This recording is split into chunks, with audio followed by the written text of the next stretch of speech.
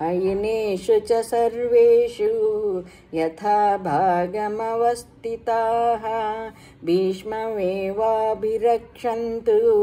భవంతః సర్వ ఏవ హి. కనుక మీరందరూ మీ మీ స్థానములలో సుస్థిరముగా నిలిచి అన్ని వైపుల నుండి నిశ్చయముగా భీష్ముని రక్షించుచుండు. తస్య సంజనయన్ హర్షం కురువృద్ధః పితామహః సింహనాదం వినోద్యోచ్చైః శంఖం దద్మౌ ప్రతాపవాన్. కురువృద్ధుడును ప్రతాపశాలియును అయిన భీష్మ పితామహుడు అతనిని సంతోషపరచుటకై ఉచ్చస్వరముతో సింహనాదమనర్చి తన శంఖమును పూరించెను.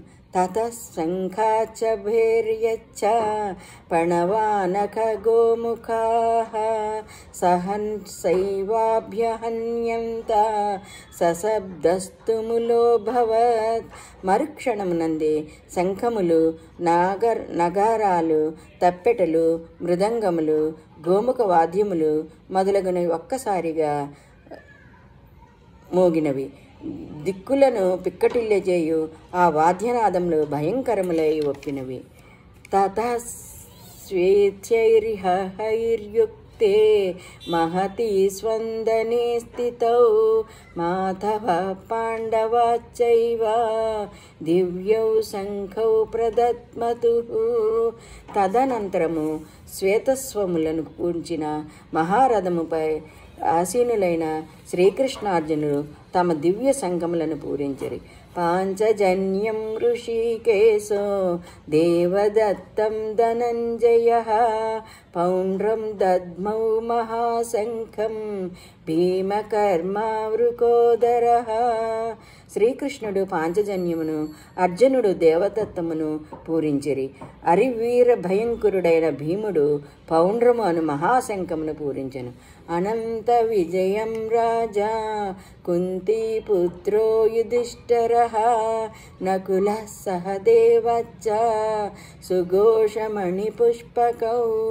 కుంతీపుత్రుడును రాజును అయిన యుధిష్ఠిరుడు అనంత విజయమును శంఖమును, నకుల సహదేవులు సుఘోష మణిపుష్పకములను శంఖములను పూరించిరి.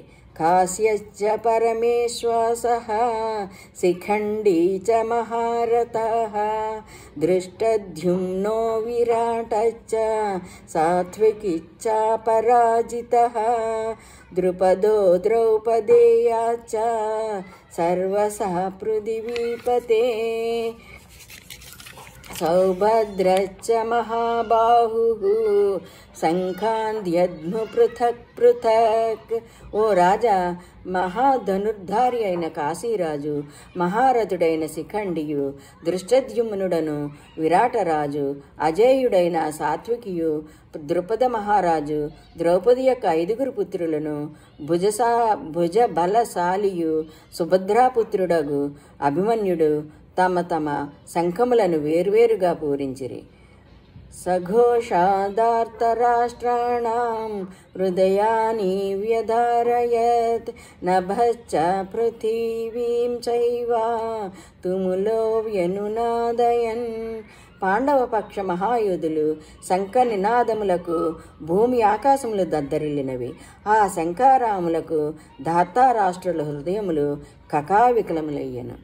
హత వ్యవస్థితాన్ దృష్ట్వా ధార్తారాష్ట్రాన్ కపిధ్వజః ప్రవృత్తే శస్త్రసంపాతే ధనుర్యుధ్యం ఏ పాండవః ఋషికేశం తదా వాక్యం ఇదమః మహీపతే.